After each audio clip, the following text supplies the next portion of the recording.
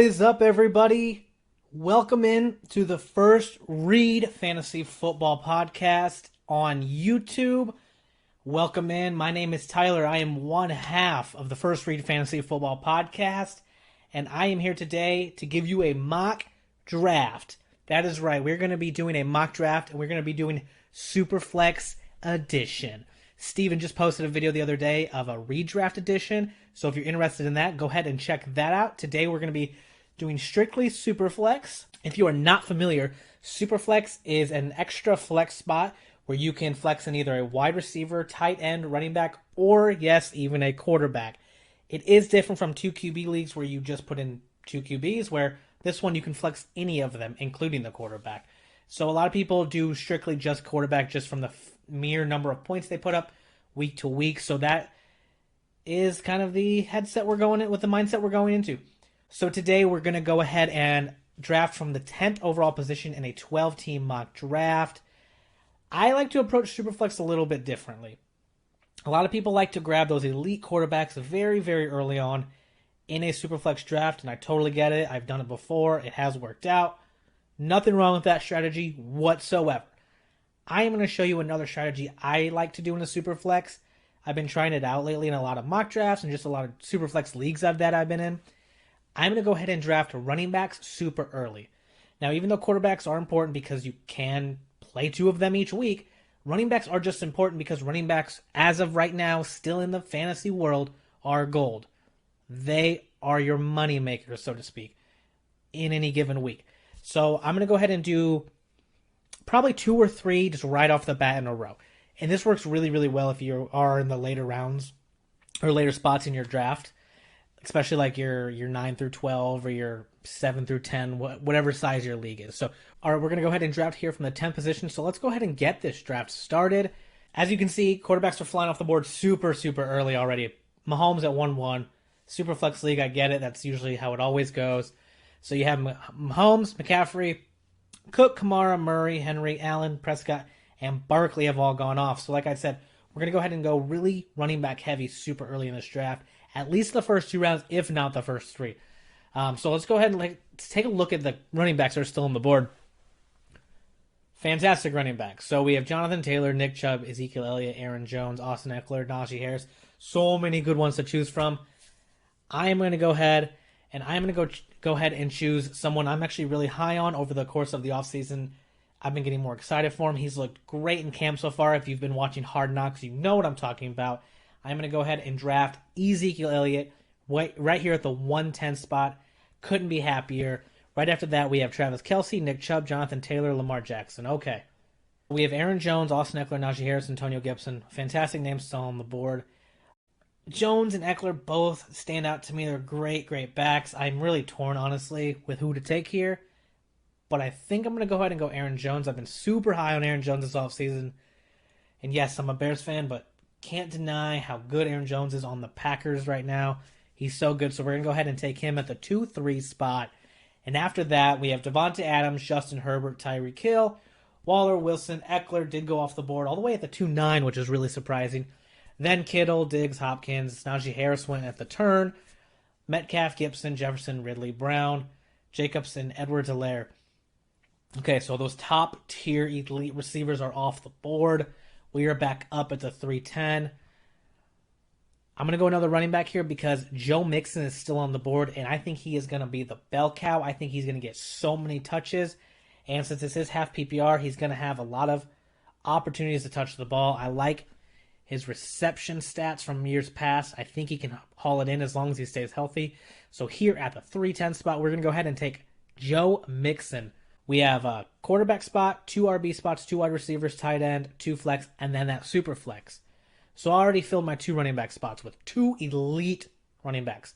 Aaron Jones, Ezekiel Elliott, and then one of my flexes, I've already got Joe Mixon. I am set at running back, and I am so happy. What a start.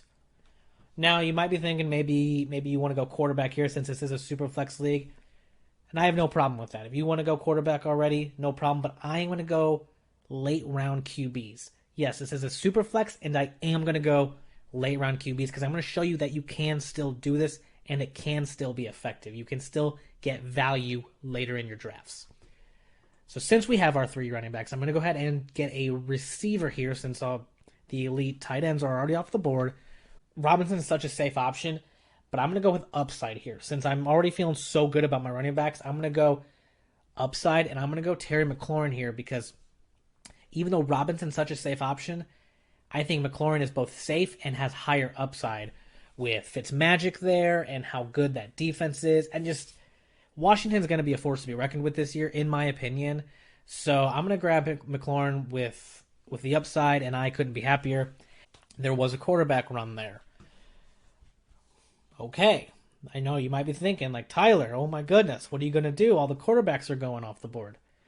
I totally get that. So we're here in the 5th round. We're in a Superflex. I am going to grab a quarterback here.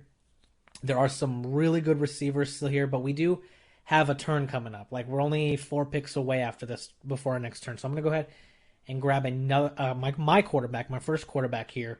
And I'm going to pick someone that I think he's burned me in the past. He may have burned you in the past, but I think he's still a very safe option for just your QB1, especially in a Superflex league. I'm going to go ahead and draft Kirk Cousins right here. Kirk Cousins has Justin Jefferson there. He's got Dalvin Cook there. I think he's a very safe option. If you look at his past finishes, there's no reason that you wouldn't want to draft him, really, especially if you're in a Superflex league and you are waiting until the later rounds to draft your first quarterback. He's a very good option, in my opinion. After that, we have Amari Cooper, TJ Hawkinson went off the board, Jamar Chase, Kenny Galladay. I am back up. I am going to turn my focus back to my wide receiver position because I'm going to avoid tight end right now because there's no one that I like for the value. I'm going to wait a little bit later for that position as well. So right here, we are back at our wide receiver position in the 6-3 spot. Adam Thielen's still there, Robert Woods, Cooper Kupp, Tyler Lockett, Deontay Johnson. I like all these guys. I really, really do. Probably going to pass on Thielen for the value. He's going to regress in touchdowns, so you are going to see his value decline from last year.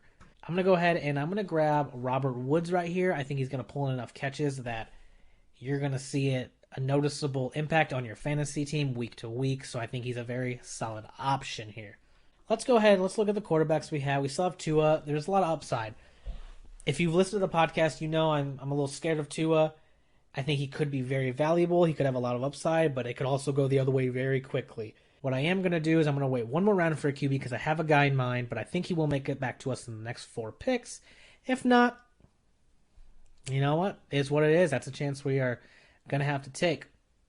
I'm going to go ahead and get another receiver because there are no running backs that I like right here. So I'm going to go ahead and get another receiver, and I'm going to grab someone who I really like this year. You might be scared. There was some injury concerns this past week, but I'm going to go ahead and draft Chase Claypool of the Pittsburgh Steelers. I'm going to go ahead and draft my second QB for my Superflex spot, and I'm going to go here. I'm going to take a shot. I'm going to draft Trey Lance. Now you might say, Tyler, Trey Lance isn't even starting this season. That may very well be. But I do think we will see Trey Lance at some point this season. And I do think his upside is just so high, it's silly not to try to take that shot. You know, I think once he gets on that field, you're going to see an immediate impact from him with the way he can run. We saw some nice passes in that first preseason game. I think he will do very well once he gets on that field.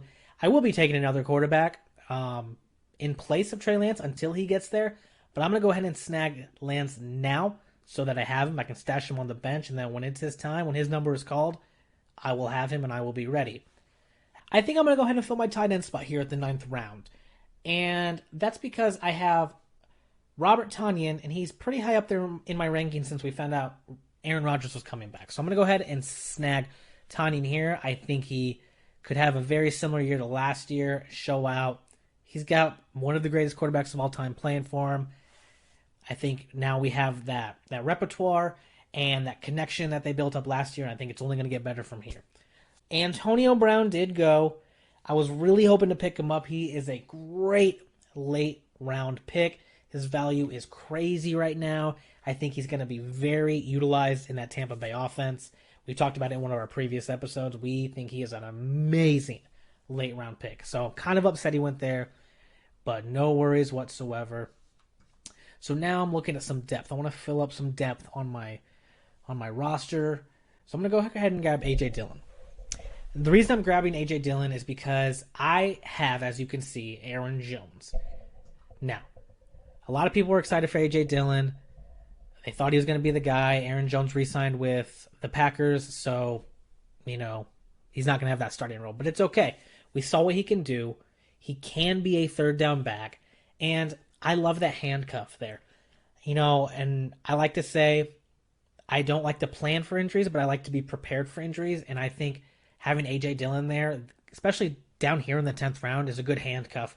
Because we know if he is to see the field in a starting position, or even just in a flex position later, I think you're going to get a lot of value out of A.J. Dillon. He's going to be very valuable to your team. So I like that here. I am going to go ahead and grab someone we just talked about on last week's episode, and I'm going to go ahead and grab Russell Gage. Russell Gage is the wide receiver 2 right now in Atlanta. There's no reason he can't produce. Maybe he just never gets the targets. I don't know. But right now, at the back end of the 11th round, I have no reason not to take my shot on Russell Gage there. I love that value. And we know Matty Ice likes to throw the ball. So, even better. And Julio is not there to take those targets away. So, I'm going to go ahead and just grab Tony Pollard. Same reasons as I grabbed A.J. Dillon there, guys. We saw Tony Pollard show out a game or two last year. And I think he's going to be very valuable if anything were to happen to Ezekiel Elliott there. And, if we don't need him, we can throw him off of our bench here in a few weeks if we have no need for him. No worry there. I'm going to go ahead and grab my third QB. And I'm going to grab someone. This is going to be kind of my placeholder until Lance comes in. And honestly, with who I'm drafting, he could very well be my starter all year, depending on how he does. Because we here at the First Read Fantasy Football Podcast are very high on Washington and Fitzmagic. That's right. We love some Ryan Fitzpatrick here at the First Read Fantasy Football Podcast. And that love ain't ending anytime soon, barring he does really bad. So, I'm going to go ahead and grab Fitzmagic here. I love him in here in the 13th round. I was going to grab Rondale Moore with my next pick, but he did fly off the board, so totally understandable. I really love Rondale Moore. Steven really loves Rondale Moore. So, grab him. I love that pick there at the end. I'm going to go ahead and grab one more receiver for some depth. And I'm going to go ahead and grab Terrace Marshall Jr. I really like Terrace Marshall. I think the opportunities could very well be there for him this season, especially if we do see a really good outing from Sam Darnold. I think Terrace Marshall will be a great benefactor of that. So hoping for a good season there from Sam Darnold and hoping for a good fantasy season from Terrace Marshall with this late round pickup. My last pick in the draft, I'm going to go ahead and I'm going to just pick up a tight end. So I have one. Nice little backup. And I'm going to go with someone I think might be being slept on a little bit. He burned a lot of people. I totally get it. But as far as we are concerned, he is still the starter for his team. And we've seen fantastic seasons from him in the past. At the 15th round, 10th pick, I'm going Zach Ertz of the Philadelphia Eagles with his beautiful bleach blonde hair. Just kidding. Not a fan of it. But to each their own. So let's go ahead. Let us take a look at our starting lineup. We have Kirk Cousins as our QB, Ezekiel Elliott, Aaron Jones, Terry McLaurin, Robert Woods, Robert Tonyan in tight end, Joe Mixon, Chase Claypool, and Trey Lance. What a starting lineup. And then for some depth and some backups, we've got A.J. Dillon, Russell Gage, Tony Pollard, Ryan Fitzmagic, Terrace Marshall, and Zach Ertz. I am in love with this roster right now. I kind of wish this would have been a real draft. And that's what I wanted to show you guys. You can be in a Superflex league and avoid those elite quarterbacks because even though Murray and Allen and Mahomes are going to be fantastic, you got to ask yourself, am I going to get my return on investment from these guys? Yes, they're going to be good. But am I better off spending a first-round pick on Josh Allen or a 13th round pick on Ryan Fitzpatrick? They're both going to be really good. Yeah, Josh Allen's going to have the better game, I am sure. But with that pick, instead of Josh Allen there in the first, we were able to get Ezekiel Elliott. So Ezekiel Elliott and Ryan Fitzpatrick, that's a great week. Or Josh Allen and then someone later, I just think the value. When it comes to fantasy, value is king. Value will always be king. It's something I've learned over the years, and it's something, once I learned it, I couldn't believe the difference in my fantasy teams and my fantasy rosters. And just drafting became so much different and almost a little bit more fun. I wasn't just grabbing the next best player off the board or the next guy I liked. Like, I was thinking about it, looking at value, looking at my return on investment. So something to think about. All right, guys, that has been our Superflex mock draft. If you enjoyed it, go ahead and leave a comment in what I should have done differently or what you would have done differently. We'd love to hear from you. Go ahead and hit that subscribe button there on YouTube. We cannot thank you enough for watching. Go ahead and listen to the podcast. Subscribe everywhere you can. Google Play, Apple Podcasts, Stitcher, all of that fun stuff. Tell your friends, tell your wives, tell your husbands, tell your pets, tell everyone about the First Read Fantasy Football Podcast. And until next time, may the force be with you.